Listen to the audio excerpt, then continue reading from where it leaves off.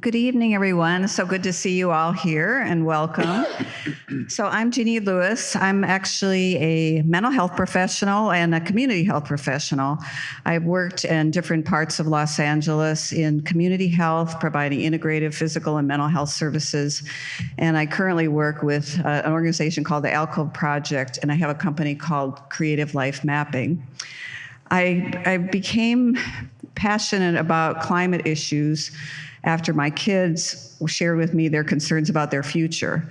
And in 2021, I was trained as a climate reality leader by former Vice President Al Gore. And since that time, I've become deeply immersed in climate issues and have been involved with multiple climate organizations in Los Angeles, the Climate Reality Project, the Citizens Climate Lobby, and the Sierra Club. And I've provided resources for you about these organizations if you would like to become involved, because people always say, well, what could we do about the climate? And so in any case, what really motivated me is my concern for young people and having a great future. So before I introduce our wonderful speakers, I just wanted, as a public health professional, I became very interested in the health data and the pollution burden, which particularly affects the South Bay of Los Angeles. And so I prepared a little background about a screening tool that's being used to look at the pollution burden. Well, it's actually called the California Environmental Screen, and it is a screening tool that takes 21 indicators, and this includes environmental, public health, and socioeconomic conditions. And it takes these and it calculates, it's called a measure. It's like these different indicators kind of are put together as a composite score. And it was particularly developed to address disparities in our community. It recognizes pollution in general throughout the state of California. And it was developed by the California Environmental Protection Agency. But it seems that one of the main motivating factors to develop this screen was to address and to highlight where there are heavy levels of pollution. And as I've learned in looking at this screen, we do have a high level of pollution in the South Bay of Los Angeles. So I just want to show you this map, actually, where the red shows, what's called the highest pollution burden. And as you can see, this is a map of Los Angeles, if no one is familiar with that shape. But you can see the red areas, which a lot of them include Torrance and includes, Wilmington, Carson, a lot of the areas around here. We have a lot of oil wells. We have the oil refineries. We have a lot of gas production, both completely in the state, but also a lot in Los Angeles and in the South Bay. So, and then these studies have shown. Sorry, I had a question on the map. I didn't catch it. You said it was a map that shows environmental, public health, and what else? The three factors. Okay, let me just go into that in a second here. So here's a description, and I don't know if you'll be able to see it, but I do have a handout which you can read a little bit more about this. But it shows pollution burden, and there's two major overall components. One is pollution burden, and that are things like exposures to ozone, particulate matter, diesel pollution, drinking water contaminants. There's lead exposure from housing, and traffic releases from toxic releases from facilities. And then there are the effects of these pollutions. So there might be sites in Los Angeles area where there's a waste treatment plant. I think Mr. Watkins maybe has had some experience with this in South Los Angeles, where there are areas where actually there was toxic waste that people are exposed to.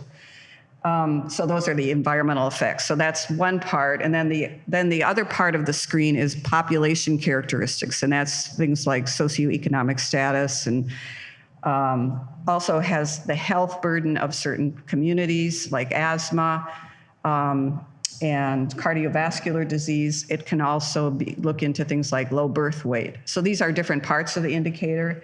And then socioeconomic factors like housing, poverty, being isolated community-wise. Running out of time? Or, okay. Okay, so this is a composite score, just briefly. And if you want to, I recommend going onto this website. It's a mapping tool. You can actually look at different areas and see the score of different communities. So the impact of this kind of pollution comes in a variety of different ways. And that could be, as you know, asthma, you commonly hear about, communities having higher rates of asthma. And I know I used to work in Long Beach, and because of the port and the traffic going up the 710, there was a high rate of exposure in that community. And so these communities have a higher pollution burden. But these affect respiratory diseases, heart disease. It can even be related to low birth weight or some like low birth weight pregnancies, GI problems, cancer. And so these are all the various different impacts from being exposed. There's somewhat the exposure in general in the South Bay, but there are communities of color are disproportionately affected. And that's one of the things the environmental screen has shown. Also, the screen is used as a way to target communities for resources.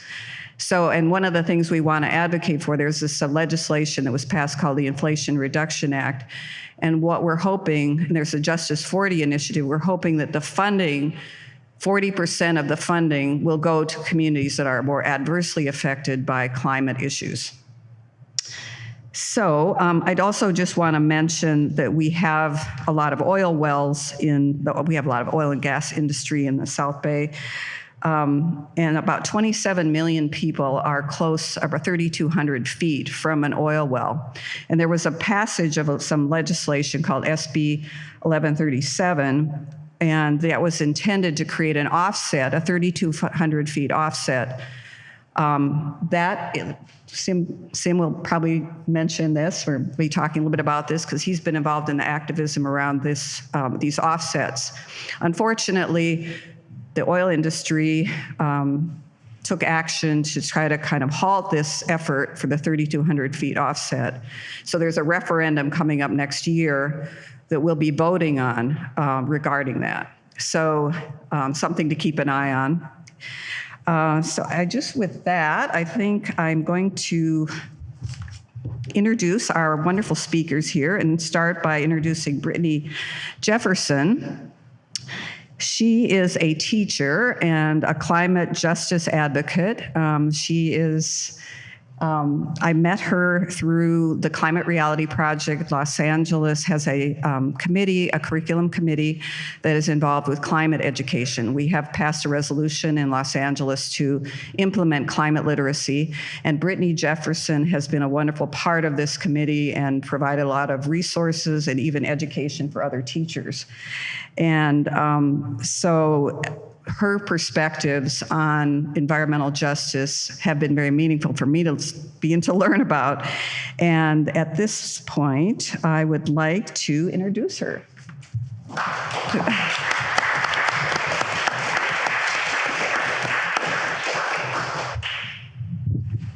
Thank you, Eugenie. Good evening, everyone. My name is Brittany Jefferson. I have lived somewhere throughout LA County my entire life, aside from 4 years of college. And so I have deep-rooted pride and connection with Southern California, and I am very excited to be with you all tonight. So as Eugenie said, I am a teacher and a climate justice activist. Through advocacy and education, I help caregivers and educators have critical conversations about climate change and environmental justice with their kids and students. I have also created and curated a catalog of educational resources in order to facilitate learning both in the classroom and at home. So my goal tonight is to help you expand how you view the origins and impacts of the climate crisis and deepen your understanding on how humans have impacted Earth systems throughout our historic interactions with each other, the land, and all living species. So I'm going to ask for you to reflect for a moment on these 3 questions. What do all humans need to survive? What aspects of our society impact people's ability to access these basic needs? And who in our society has the power to control access to these needs? So I'm going to share with you a couple of answers that my 5th graders gave when I asked them these same questions. So first, they said we need water, sleep, oxygen, clean air, medicine, food, shelter, human contact, community, sunlight, energy. So I want you to notice the things that were mentioned and the things that were not. When asked the aspects that impact people's ability to access these needs, money, jobs, laws, homelessness, disability, criminal records, immigration status, gender, insurance, race. When asked who has the power to control access to these resources, governmental bodies, the Supreme Court, law enforcement, landlords, lawyers, judges, United Nations, bosses, businesses, the military. We live in a society where if you do not have enough money to live, society deems you as a burden on taxpayers, and you are not worthy of assistance and therefore not worthy of life. For tonight, we're going to be focused primarily on race's impact of access to basic needs, but I want to acknowledge that race, class, abilities, and many other factors can intersect to make access to basic needs even more difficult.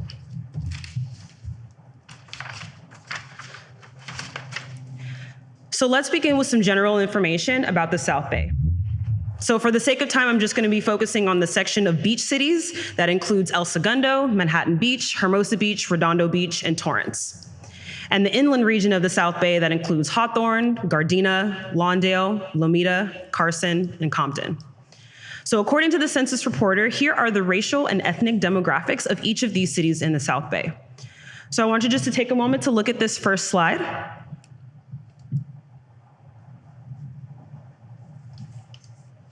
And think to yourself what you notice.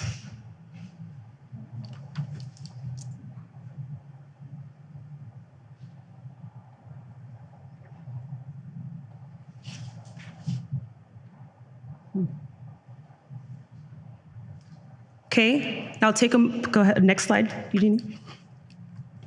Take a moment to notice this graph as well.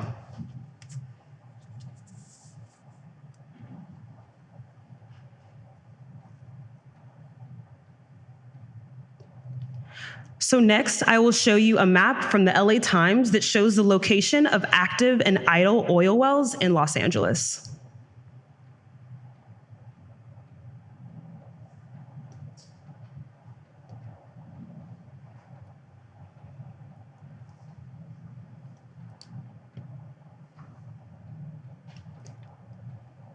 And the next slide.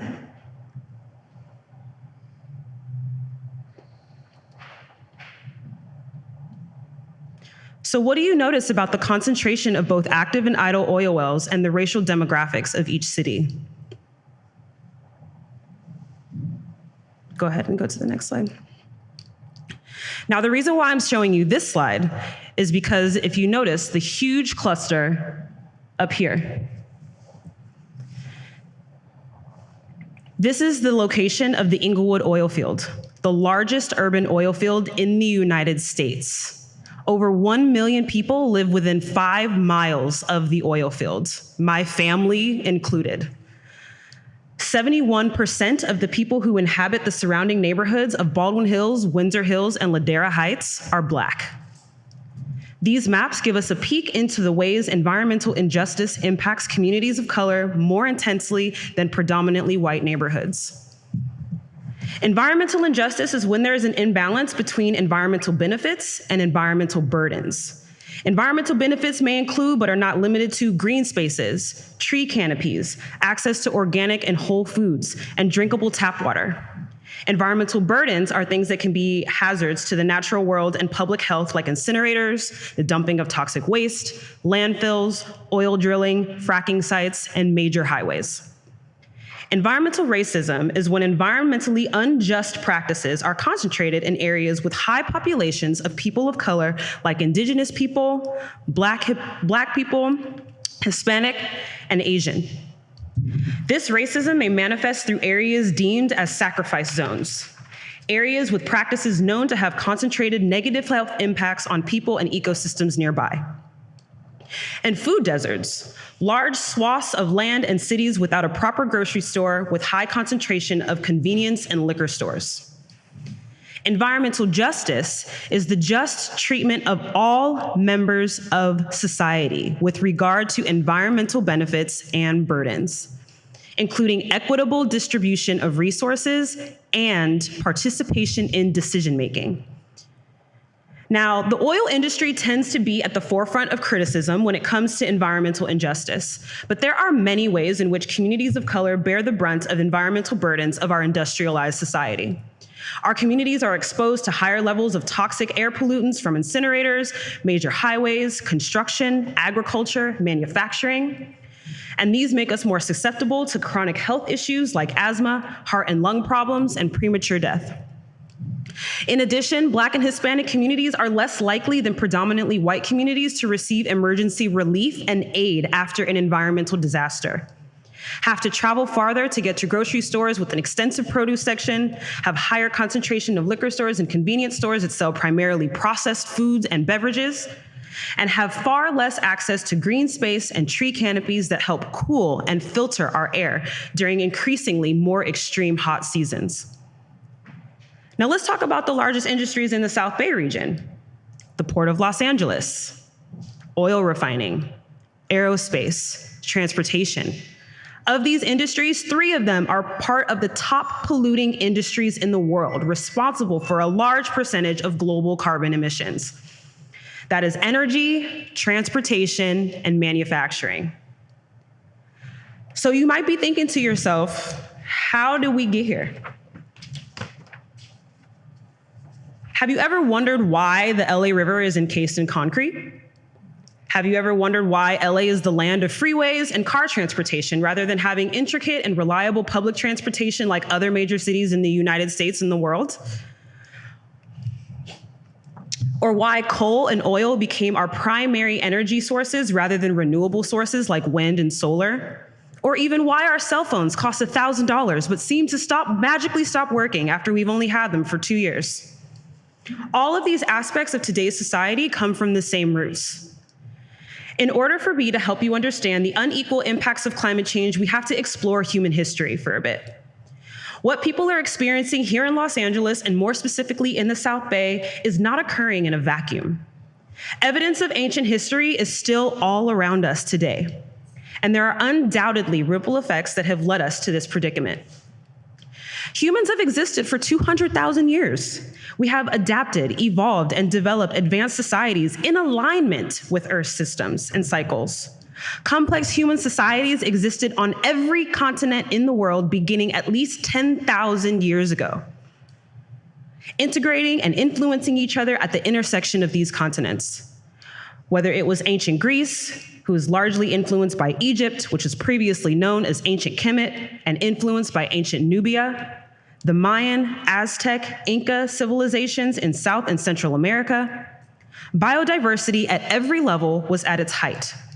Empire, hierarchy, power, and the pursuit of knowledge to advance one's community population have always been a part of human behavior. But something changed.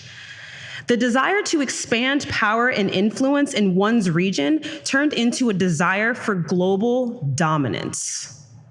A few nations and institutions decided that their freedom and sovereignty was more important than any others on the planet.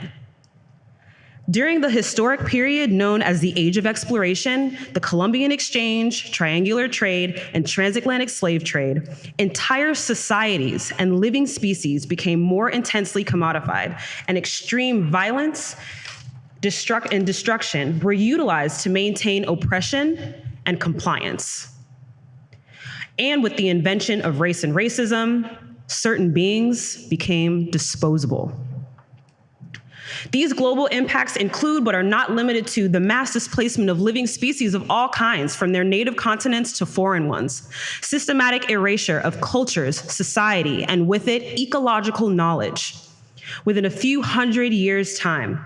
This shocked Earth's millennia-old climate systems, transforming the entire landscape of not only the Western Hemisphere, but the African continent, parts of Southeast Asia, and Australia, paving the way for our modern industrialized economy functioning by extracting, destroying, and poisoning communities and ecosystems.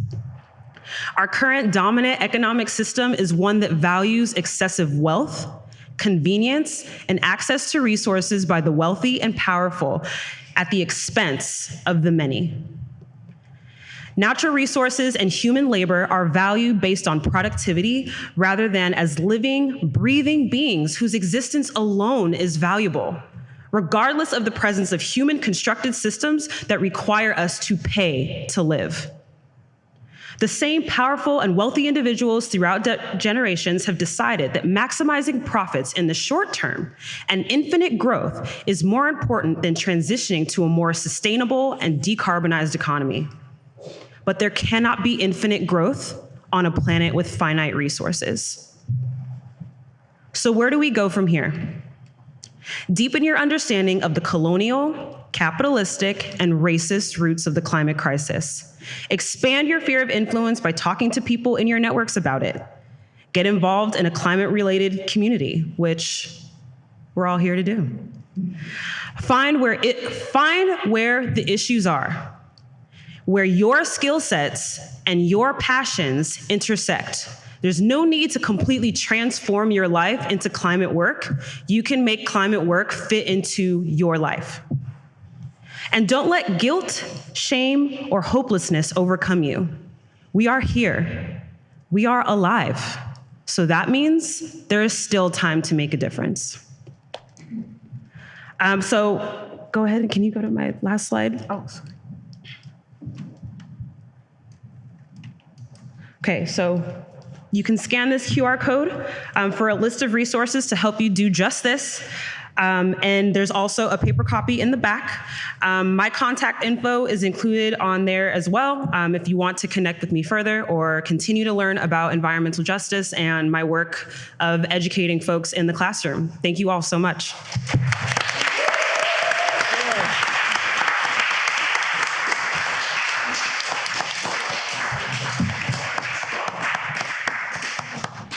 Wow, that is amazing. That's all I have to say. That was just such, I want to capture all of that, and I hope we can share that with the community. That was wonderful. Thank you so much, Brittany. Well, at this point, I would like to introduce our second speaker. This is Sim Bilal. He is a youth organizer, and he's from South Los Angeles. He grew up here. I met Sim at a green economy conference and was very taken by his work. And we in the climate movement are trying to connect us older people with younger people so we can have a coalition because we need all of us.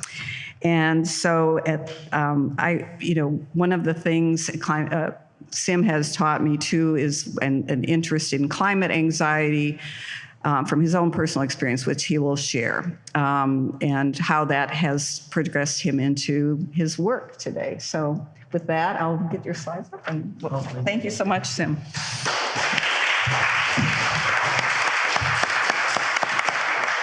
Hi, everybody. Good night. It's a good night. Well, I'm leaving. It's good night. So my name is Sim Bilal. I grew up in South LA. My dad is from Gardena. My mom's from K-Town. I have cousins and my aunts are in Carson. I have my other aunts are in Ladera Heights. So I grew up, sort of moving through the city and witnessing a lot of what you were talking about and just seeing it in real time. So yeah, I just want to share a little bit about myself and my background, so you guys know where I'm coming from. But I think the next slide. So that's me when I was a baby, and that's my mom. So I was raised by a single mom, and I actually lost my grandma when I was 5 years old to environmental racism. She died from cancer.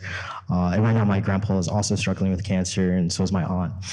And so, I have a profound sense of frustration and anger and injustice because I understand why this is happening, and I know who is at fault. And sometimes I just get really, really angry, and that shows through my activism. I choose to be very intentional and thoughtful with how I show my emotions and display my frustrations, because a young man like me, a young Black man, when you get too angry, things can happen. And so I choose to channel my frustration and my anger through my work, and through that I've had a profound amount of impact on just passing legislation, shutting down meetings that we weren't being listened to at, and it's carried me through my work. So my mom is Korean and my dad is Black and Chickasaw, and his father is also Jamaican. So, I carry this multi-generational, multicultural background and experience. I say multi-generational because my grandma, she's a baby boomer, like many of you, and she was active with the Black Panthers when the Watts riots were happening in the 60s. She was also active with the American Indian movement.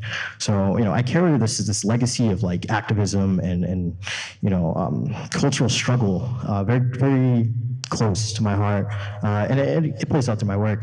I think the next slide is good. Oh, sorry. And so some of the things I just really just started to awake my consciousness about environmental racism, or even just the climate crisis. It started pretty early. I think I was about 5 years old when this movie came out by Al Gore, and he was talking about the climate crisis, but it was called global warming back then. And I was such a little nerd. I was obsessed with science, and I took everything he said to heart, and it stuck with me. I would have nightmares. I wake up crying and sweating. My mom was like, "What is wrong with you?" And I'm like, "My bedroom's gonna flood," or the ice caps are melting. I was because when you're little, you don't have a good concept of time. Everything is in the immediate, because your life is so short. You think everything is like that. And so it really had an effect on me, and I have anxiety to this day, but it really it manifested itself because I had no autonomy. When you're little, you have the little control over your life. But for me, I needed to have control over what was happening, because I knew these adults in power weren't doing anything. And every year I saw it get worse. The more I was able to read and learn, I would actually look for articles around, the ice caps in Antarctica, because that was my obsession. It was the ice caps are melting. And so I would catch up on the news. It's I remember reading these articles, and I was a little kid. My mom was like, "What are you doing?" But on the internet, that's what I did. And I also saw the Hurricane Katrina happen, and I saw predominantly Black neighborhoods get flooded, people get displaced, and just the pain and the hurt that was hurtless doing. I probably shouldn't have seen this stuff, but I did, and so now it has an impact on me. But I think the next slide is okay. And then around the same time, South LA, there's oil. You said, largest urban overfield in Los Angeles in the world. There's a lot of freeways. My girlfriend has really severe asthma because she grew up in Van Nuys, and they're just next to the airports, next to landfills, next to the freeways. It's just shown itself throughout my entire family and the people closest to me. It's a very evil head. I think the next slide's okay. And so this is sort of what my activism has looked like. I shut down mayoral debates and the cops dragged me out. I shut down the California Environmental Protection Board because they weren't listening to us. And those are like some of my friends. So they were with YVA, which is Youth versus Apocalypse up in the Bay Area. And so our coalition stretches the entire state of like impacted frontline youth that are, really riled up about this and want to do things right. These kids actually stopped a coal plant from being built in their neighborhood. So they're really phenomenal. The next picture is me and my friend Kyler and Dylan. We went to Bakersfield to follow the money because this candidate was running for city controller, was getting funded by the oil company, and we found out that his contribution was coming from an oil pump in the middle of Bakersfield for an LA election. So we went out there and did a whole expose just exposing where the money in politics, in LA politics, is coming from. And that's me in front of City Hall and at Pershing Square. That day we shut down a bank because they were funding the Wet'suwet'en pipeline up in Canada. And so, I do all sort of things. I like to say, John Lee, get into some good trouble. But that's sort of like the role and trajectory that I've taken through my work. I think the next slide's okay. Am I good on time? Okay, sweet. And so, through my work, I've actually gotten some amazing opportunities. So I've been appointed as one of the first youth climate commissioners for LAC County. It's just happened this year. And then I've actually been I've been hired as a state organizer for the California Green New Deal Coalition, which is also pretty recent. And I've been organizing with Los Angeles Youth Climate Strike as the lead organizer since 2019. We have coalition partners with Stand LA, and so we helped to phase out oil drilling on the city and the county level, which are both measures that passed this year and last year.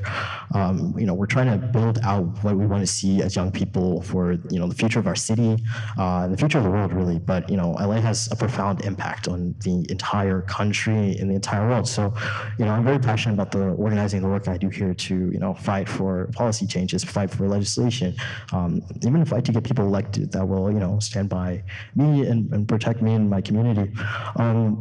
And also quite recently, I founded the first ever special interest group for young people, which is like a youth interest pact. And so, there's a lot of dark money in politics. Essentially, we just sort of fund youth to do what we do here in Los Angeles, but across the nation. And I think I'm probably going fast. Okay, next slide. I think I'm good. So, I was actually what can you guys do, to take action? Perhaps you've been inspired, you want to get involved. So I think the first thing, is we have to lead with the right foot because, so much of our history has been doing bad things. And so one thing that I strongly advocate for is free, prior, and informed consent, which essentially is the native people or whoever's land it is that you want to do something, whether you're mining for lithium extraction or whatever to build your battery for green economy or whatever, you need to have the consent of the people whose land it is. So even with us phasing out oil drilling in the city, you need to have the consent of the land, that the people, that live there. What do you want to do with this land once it's, once we stop drilling oil, how are we going to rehabilitate this land? What are we going to do with it? And so, just having the consent of the people and also not forcing them to make any decisions. So, you have the opportunity to opt out if that's not what you want to do with your land. You have autonomy. And so, if you want to connect with any indigenous organizations or whatever, I recommend checking out nativeland.ca. You can see which native land you're on. Check out the Society of Native Nations, and also the Indigenous Environmental Network, which is it's across the entire California. I also recommend, you get out of your car. Public transit is great for combating the climate crisis. 50% of our emissions come from cars in the state of California. And last thing, well, actually not the last thing, but I feel low-key, the most important thing is organize, 2 minutes left. Okay, cool. So here's some organizations I recommend if you're interested. I always do say, the climate crisis is a multi-generational fight. And so, I expect all my boomers to get out and get with me in the streets. So also, just listen and support. So I appreciate you listening to me. And, I look forward to whatever relationships we can form and, continue this relational organizing. I think I have one more slide. Oh yeah, and if you want to stay informed, you can follow Green New Deal California, also YC Strike LA. I'm a big big thing is like following up on politicians and making sure they keep their promises. And so I make sure people stay engaged with the community. So yeah, just like, thank you.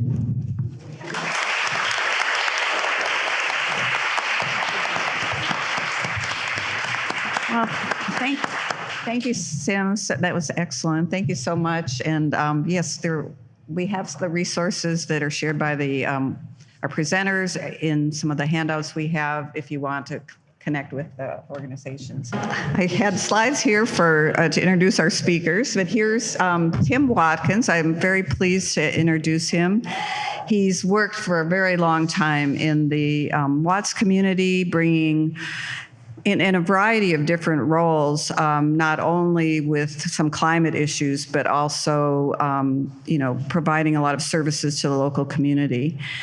He is president and CEO of the Watts Labor Community Action Committee, and the primary concern and the focus is public policy and how it exacerbates and perpetuates poverty. So he has, along with his day-to-day responsibilities of operating, he does research and develops legislative recommendations or revisions to positively impact the quality of life for residents of Watts and the neighboring communities. And I know we learned about his work with creating farms in Watts and addressing the shortage of, I guess, what we call the food deserts, bringing farmers markets, also addressing pollution, from what I understand, from lead, poisoning from some of the communities that were exposed to lead. And more food distribution. So it gives me great pleasure to introduce Tim Watkins.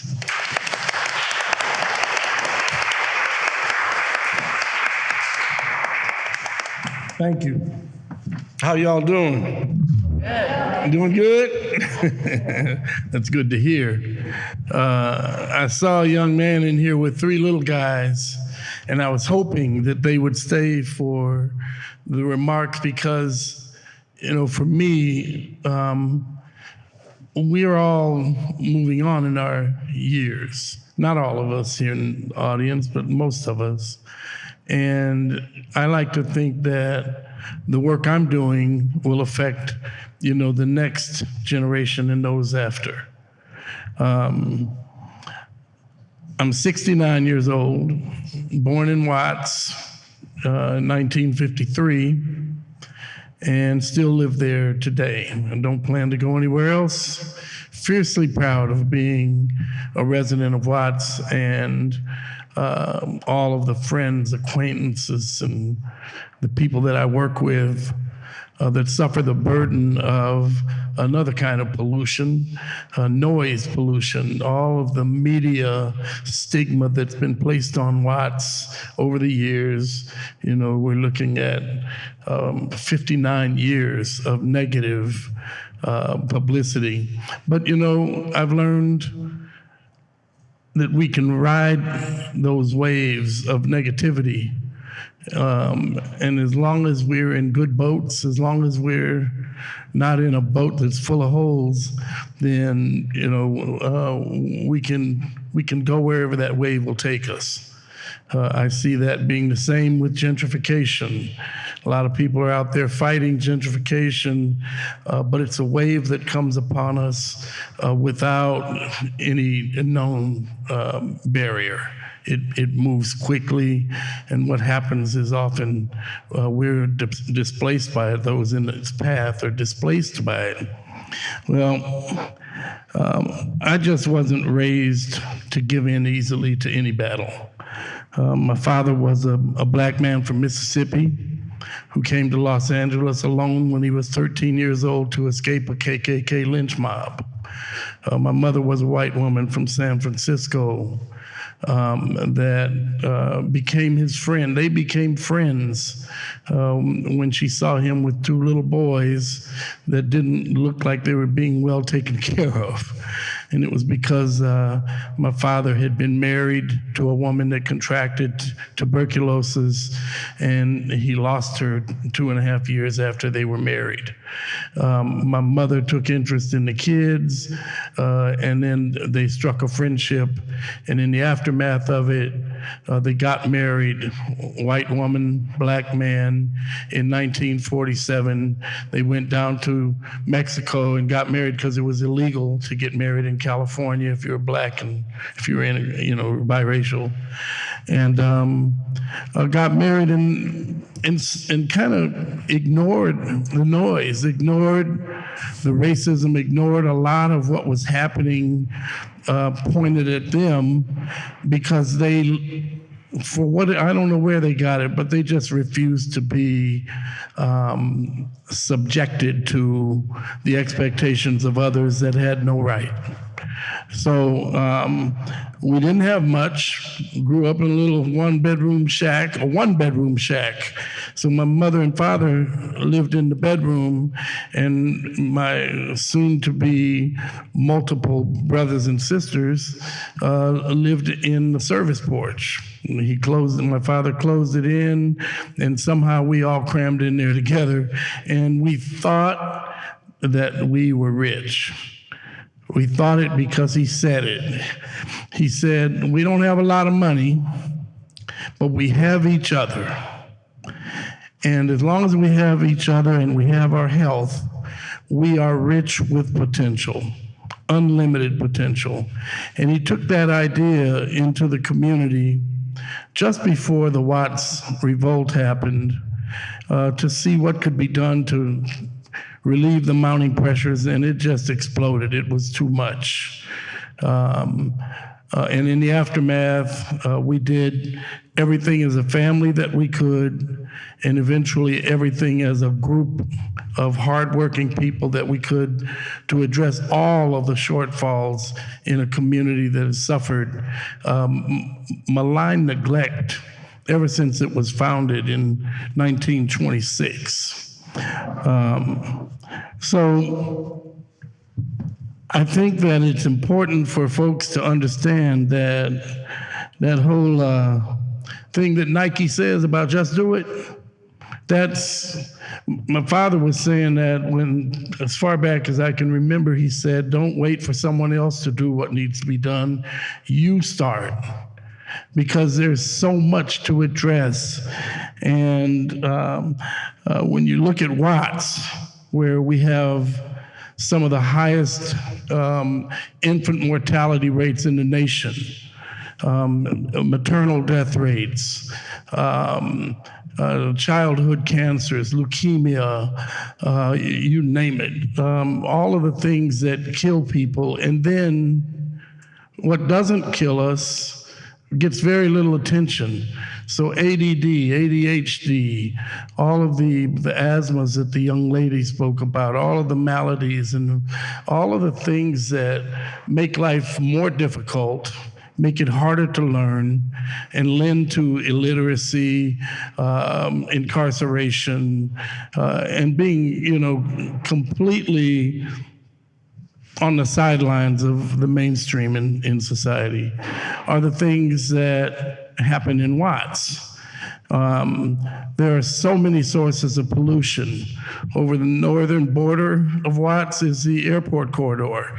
And you guys might not know it, but a pilot can decide to dump fuel on neighborhoods approaching the airport if he feels that the landing weight is too heavy, in order to relieve that burden on the landing gear. And so until Maxine Waters brought it up in a public forum, we didn't even know that we were under this regular kind of decision to pull that release. On the south side of Watts, we have the 105 freeway and Imperial Highway, where hundreds of thousands of cars move past every day. On the east side of Watts, we've got the Alameda Corridor, the 710 freeway. We've got Alameda surface traffic and all those idling diesel trucks that are stacking up to get into the port, as well as the trains that come out of the port going east, northbound. On the west side, we've got the 110 freeway, Central Avenue, which sees 50,000 cars a day. And not to mention the oil pipelines that the oil regulators say are closed, are no longer active.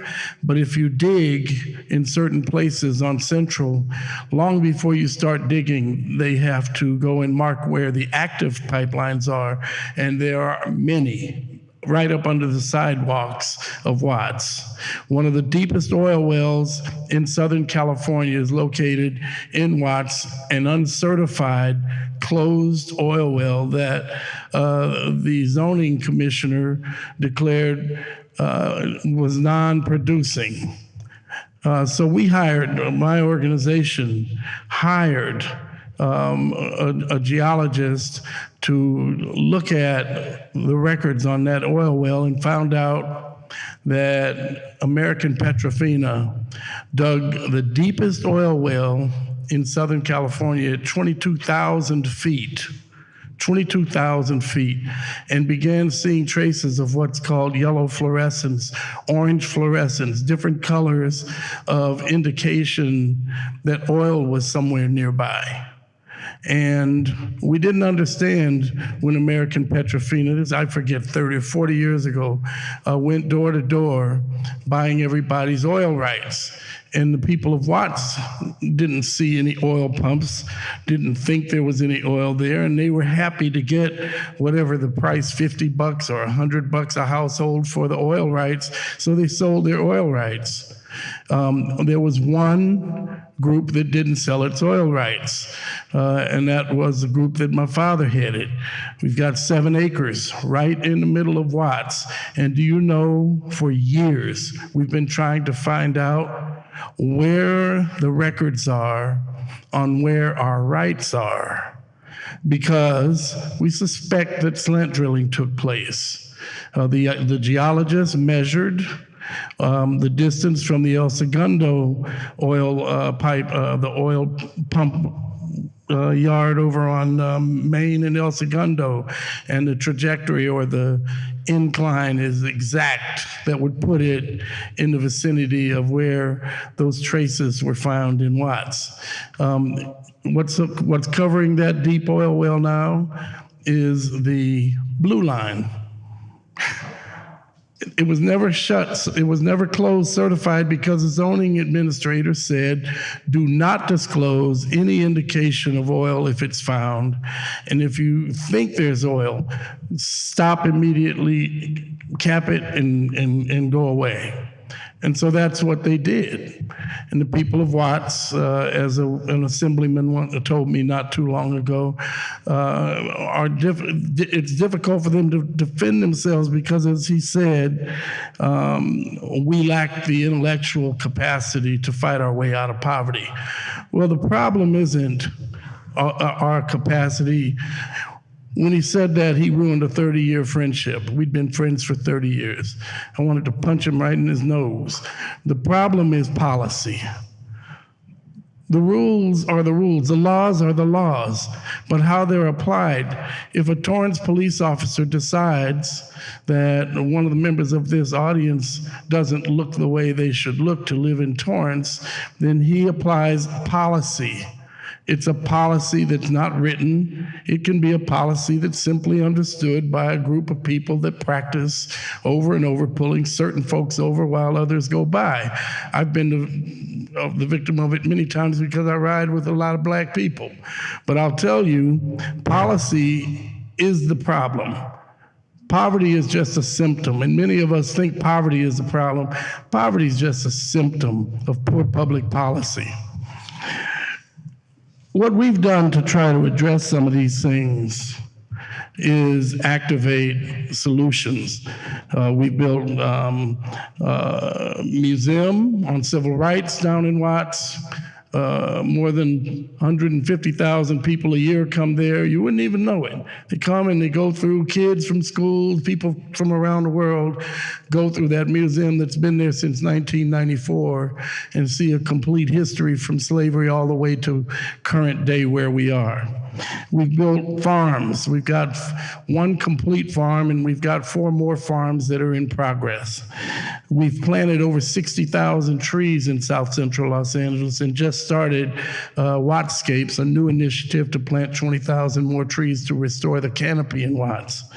We started a division called Climate Services that does everything from weatherization to stop leaking energy to all kinds of other safeguards against a compromised global climate. We started electric car share program. We've got charging stations at our site now. We're converting our 150 car fleet to all electric. There's so many things we can do in our own place, our own little way to make a difference. We started an enrichment division so that we can inform people about some of these things. And that caused me to understand that in a room like this, for as important a topic as we're talking about, the room should be packed with nowhere to sit. Down in Watts, it was the same way when I started. 5 or 6 people showed up, and they thought we were talking about a new court system when we talked about environmental justice. They said, "Well, where do you go to get that?" And we had to explain to them what it was. Most of us think that remediation is a solution to contamination. It's not. It's just the beginning. You have to get to mitigation, and that's what we've been fighting for down in Watts. Some of you may have seen me in a news conference or at a protest because I'm trying to get rid of Atlas Metal Company that has operated for 70 years crushing cars and processing metal and grinding all of that up, and it drops into the soil beneath without any treatment. And they've sort of used the idea that because they employ people locally, that should give them some preference. And so we fought that, and we fought it until we got the city attorney's office involved, who is suing them. The district attorney for LA is suing them. The attorney general's office is suing them. Department of Toxic Substances Control is suing them, and so is LAUSD, because of this manufacturing and this salvage operation takes place sharing a property line with a high school, and the kids have gotten so used to the thunderous noise of dropping cars and big, huge balls of metal that they don't even react to it anymore. But the odor of it is a sickening odor. And the putrid air, the tan-colored air that hovers over this place is something that we fought to expose. Is just the output of a company that's been doing this without any abatement for 70 years.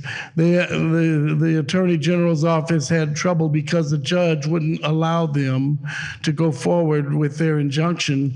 And he called me and asked, what can we do? The community's not responding. There's no uproar. So we organized, and we got the community to sign declarations and show up at rallies and protests. And next month we'll put on hazmat suits and block traffic going into that salvage yard.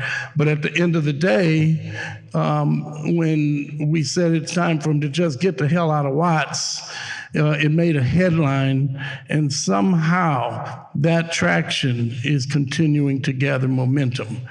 We think it should be, we think that the city should acquire the lot and turn it into a high-level training center for equestrian sports or some other kind of sport competition that kids in Watts don't have access to. Get beyond the basketball and the football. Let's get to some things that kids need that they can't get in a place like Watts. So I started a group called the Better Watts Initiative Because when I get out there and say, get the hell out of Watts to a corporation, it looks crummy for WLCAC, which is, it's not an aggressive political organization. It's a service organization. And we start getting phone calls, in trouble with our funding sources and all kind of stuff. Some of you guys face that when you go up against the oil interests and all of a sudden donations stop to one of your favorite charities. So we said, let's start a different group. So I started the Better Watts Initiative. And I'm not a formally educated person. I know a lot because I watch a lot and I've studied what I can. But what I did was went to USC and I talked to a young man that was going for his doctorate, and asked if he'd be interested in getting involved.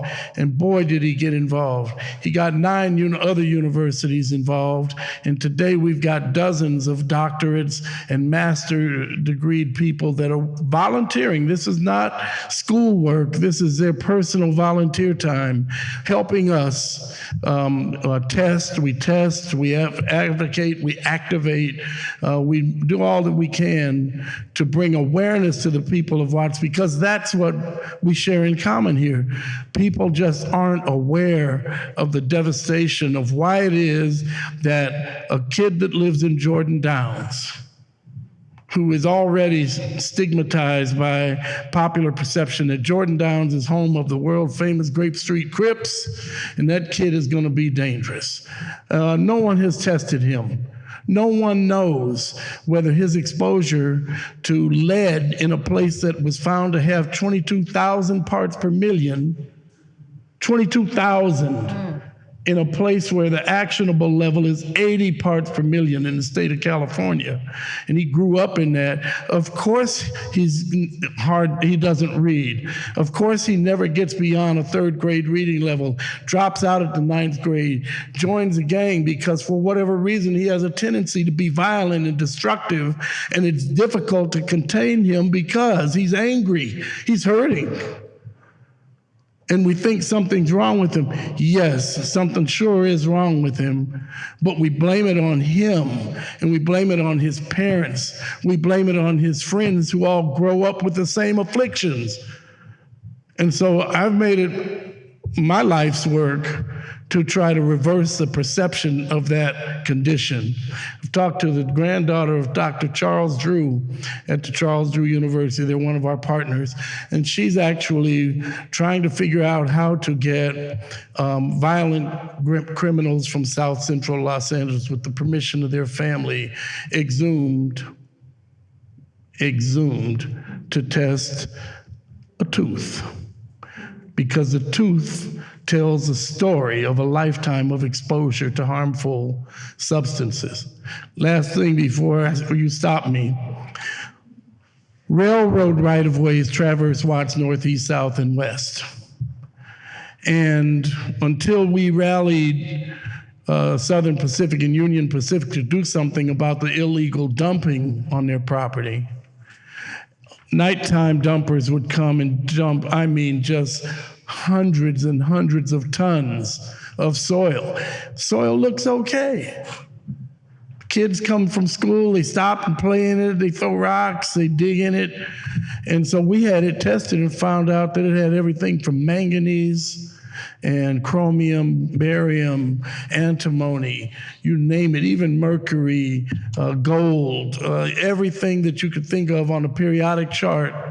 And the reason they were dumping it is because it's so expensive to dump hazardous waste, hazardous soil. And so I just want to close by, letting you know that the Better Watts Initiative has been an effective tool for us. And we thought at the same time that it could be effective for anywhere else that suffers the same kind of disparities, whether it's the Better Torrance Initiative or the Better Del Amo Initiative or whatever, that you all have the power to get together like a rock in the pond. You can make waves all the way out to the extreme borders of that pond with a single rock in the middle. You can move people. the same way that rock will move that seemingly impossible body of water. And I just suggest that you all think about how to gather your people together. And like the young man said, and I believe the young lady alluded to it as well, that you join organizing efforts. You don't have to create a new organization, but politics is local. And we found that we got the most response when we made it about Watts and we went to those elected officials that are directly responsible for representing Watts and held them accountable for it. And we think we've got a pretty good guy now in Tim McCosker, who's helping us solve some of the problems. So thank you very much. And if I can be of any assistance in any way, I'm happy to come out. Happy to join the young people. You reminded me that, I'm part of the older side of the audience. I don't know what happened to all my years. I feel young. Thank you.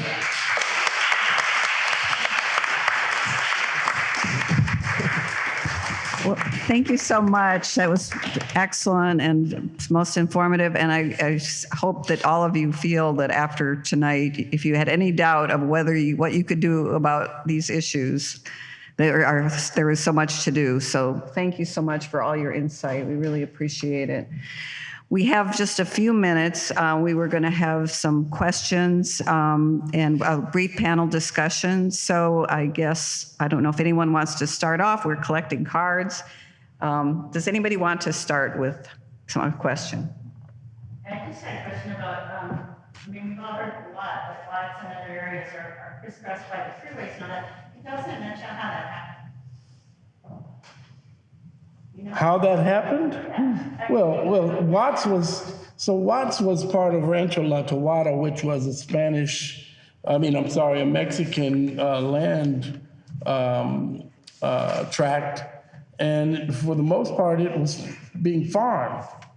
It was sugar beet fields and strawberries, and because Watts is in the basin of Los Angeles and all the surrounding mountainous terrain during the rains brought the topsoil down into the basin further and further, and in Watts, some of the best soil in Southern California because of that, but also because of again, politics.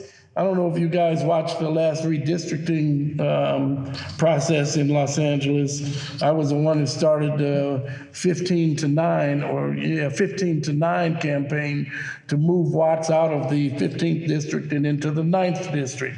Because in Watts, the problem is that we're 15 miles away from the base where our district is seated.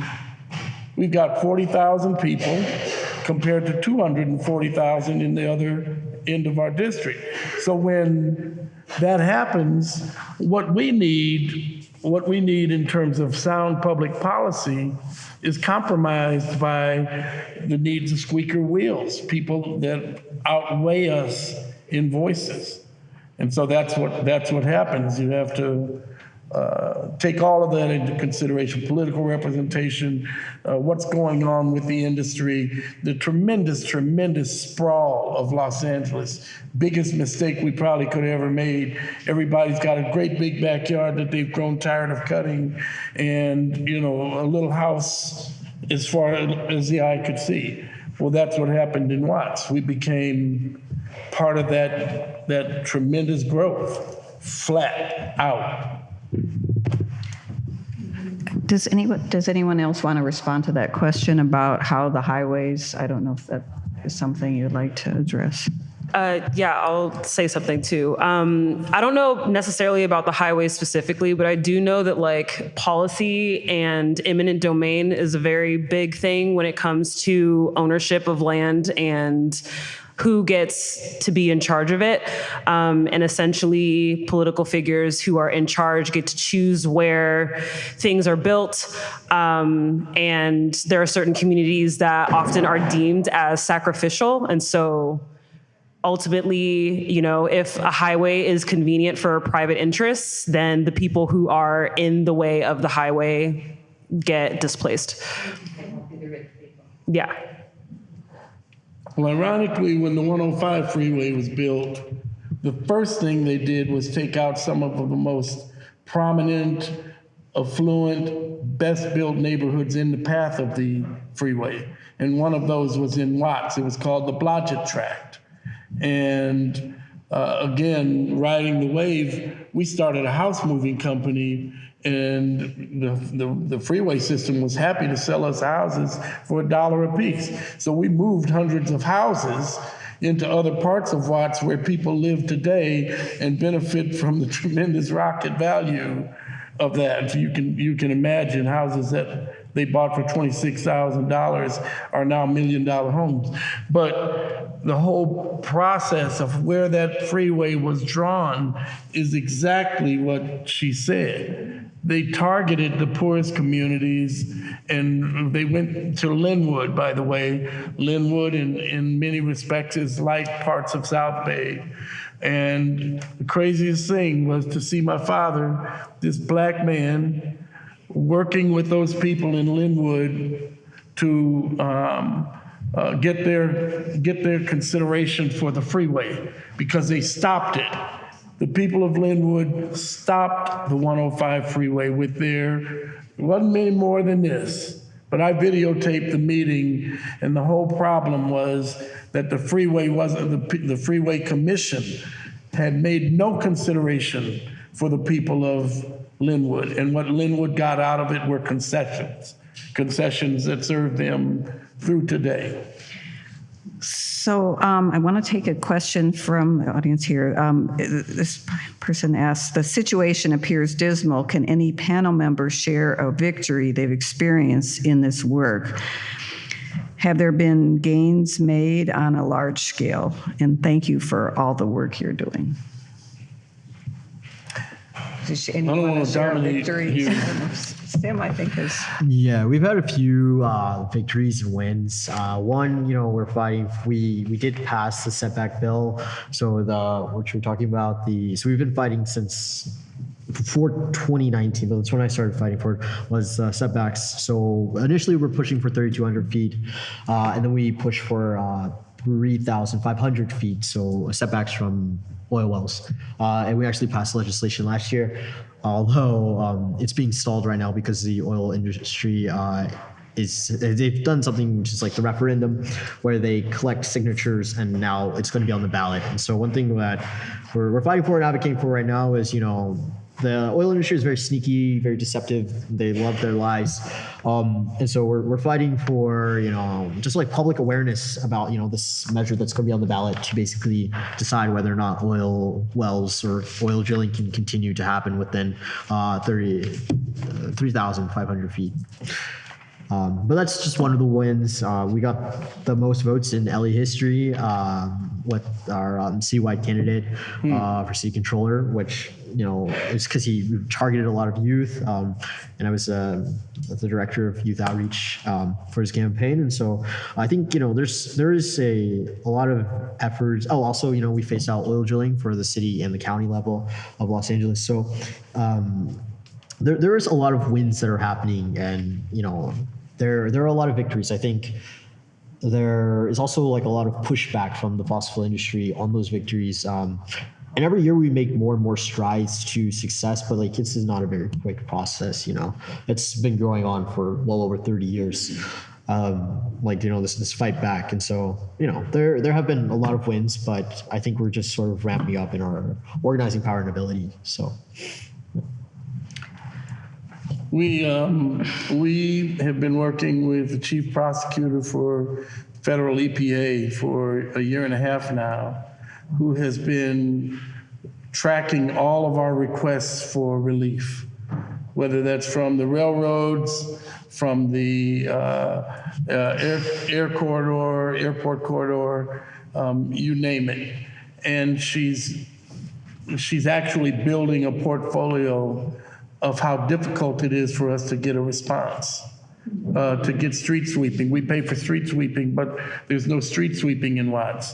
We pay for bulky item pickup. There's no bulky item pickup. I had to take a picture of a dead dog laying on a railroad track next to a pile of stuff that had been there for 6 weeks. before the LA Times picked it up and started bringing some attention. What she's investigating is whether there's a case for a civil rights lawsuit, such as they have going on right now in Houston, because Los Angeles knows where this neglect is taking place and refuses to do enough about it.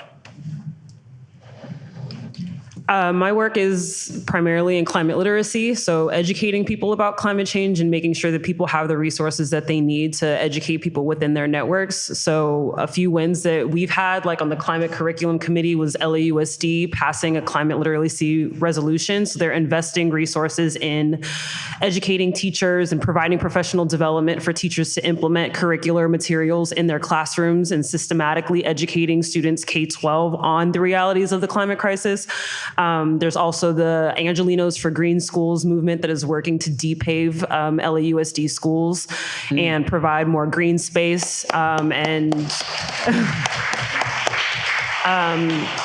There's also, California Native Plant Society. They have, witnessed our landscapes change as more residents decide to change their lawns into California native plants, and like how it's improved the abundance of pollinators, how it has helped California retain, or Los Angeles specifically, retain more groundwater and things like that. So, just like Sim said, this is a steady process. We didn't get here overnight. And so we're not going to get to the future that we want to see overnight either. And so we just have to, continue to be persistent and determined and, continue to stay hopeful. Thank you. Maybe we could take one more question, or maybe possibly two, to the panel. With the environmental issues caused by cars and the oil industry, is there work being done with politicians and companies to start planning and budgeting for electric car infrastructure and charging stations, power generating plants? So I guess it's more the infrastructure question. I'd like to give one warning. We are over our time. Yeah, okay. So we need to condense answer. You have one more question after this. If you want to take, yeah. Yeah. And so we can do this question and another one if we condense it. Thank you. On the state level, as a state organizer, we're working on like infrastructure for, green EVs and stuff like that. I think the issue is that, a lot of our climate goals are tied up in capital infrastructure. So it's the investments that we're building out in infrastructure.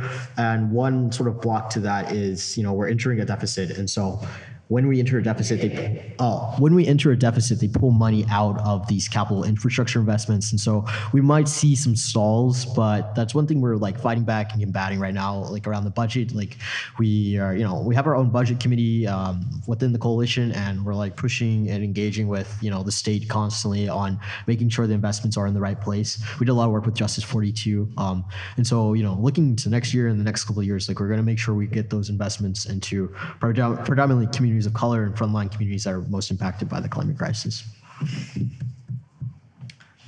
this question is about movements and protests and informational events that are happening specifically here in the South Bay, or the cities or the harbor areas. Is there any particular organized momentum here? And if not, are these plans to bring more awareness specifically to the white and wealthier neighborhoods?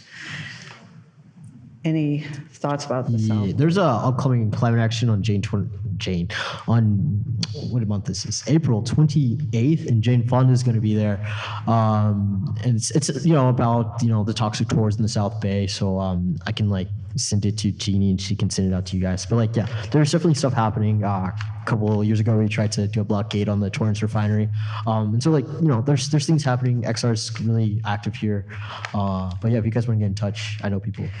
I can also answer that there are climate organizations active here in the South Bay. I created, actually, maybe this is a good time to say, a handout on resources. You can scan the QR code and there's a whole list of organizations, and there's also some climate organizations you can join.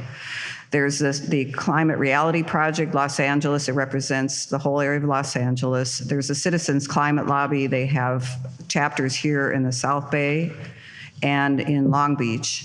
And then there is the Sierra Club, Los Angeles chapter. So any of those chapters, anybody wants to know how they can join any organization, I'd be happy to share my contact information, and it's on that handout. Del Amo Action, do you work with them? So with that, I think we are going to wrap up. And I just want to say once again, thank you so much. I have learned so much. I think I still have a lot to learn. And I really appreciate all of you for coming out. I actually, more than anything, appreciate your work.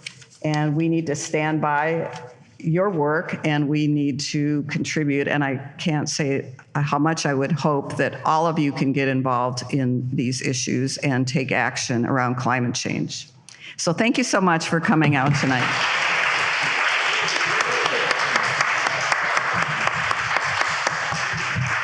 One last comment. The South Coast Interfaith Council has allowed us to and helped us support a video of this event tonight. So we should be able to refer to it, and you can look it up and help your friends watch this video sometime this summer, since we had so much content here tonight. And there are handouts, QR codes, and business cards in the back for all of the speakers. So, thank you.